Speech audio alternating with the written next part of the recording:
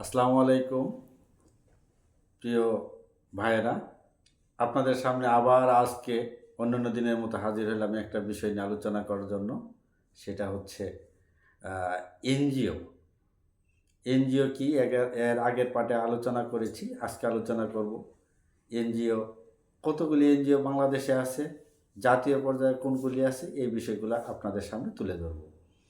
তাহলে প্রথমেই আমি বলতে চাই যে বাংলাদেশে কতগুলি এনজিও আছে।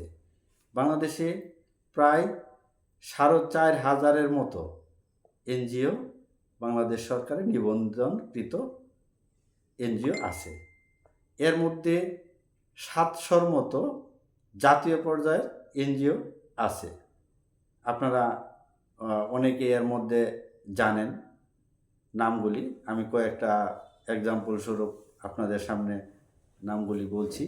সেগুলি হলো ব্রাক, আশা, পপি, গ্রামীণ শক্তি, সামাজিক সেবা, সেবা, আরও অসংখ্য, সাজেদা ফাউন্ডেশন, আরও অসংখ্য এনজিও বাংলাদেশে আছে। তারপরে লোকাল এনজিও আছে। এখন আমরা আরেকটা বিষয় আপনাদের সামনে তুলে ধরতে চাই।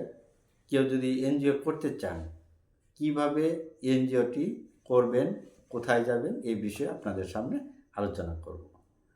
এনজিও করতে হলে কমপক্ষে 25 জন সদস্য নিয়ে একটি সংগঠন তৈরি করতে হবে। এদের বয়স হবে ন্যূনতম 18 থেকে শুরু, ঊর্ধ্বে আপনার 65 বা 70 পর্যন্ত হতে পারে। প্রথমে আপনারা সংগঠন করলেন এবং কি বাংলাদেশের প্রত্যেকটা উপজেলায় একটি করে সমাজসেবা ও অধিদপ্তর আছে। এই অধিদপ্তরে আপনারা যোগাযোগ করবেন। সেই অফিসে যোগাযোগ করে তাদের সঙ্গে কথা বলে আলোচনা করে একটি নিবন্ধন আপনি পাবেন, তবে একটু সময় লাগবে। সেই সমাজসেবা অধিদপ্তরের নিয়মকানুন মেনে তাদের পরামর্শক্রমে আপনি একটি এনজিও রেজিস্ট্রেশন পাবেন এবং কি কার্যক্রম পরিচালনা করতে পারবেন। এবং কি এটার উদ্দেশ্য থাকবে অবশ্যই বাংলাদেশ সরকারের পাশাপাশি দেশের সুবিধাবঞ্চিত লোকদের উন্নয়নের স্বার্থে আপনাকে এনজিওটি করতে হবে।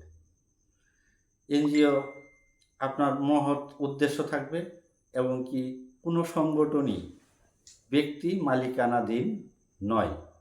এটি কোনো ব্যক্তি মালিকানাধীন নয়। এটি অবশ্যই একটি এনজিও নিজেই হইতেছে তার মালিক।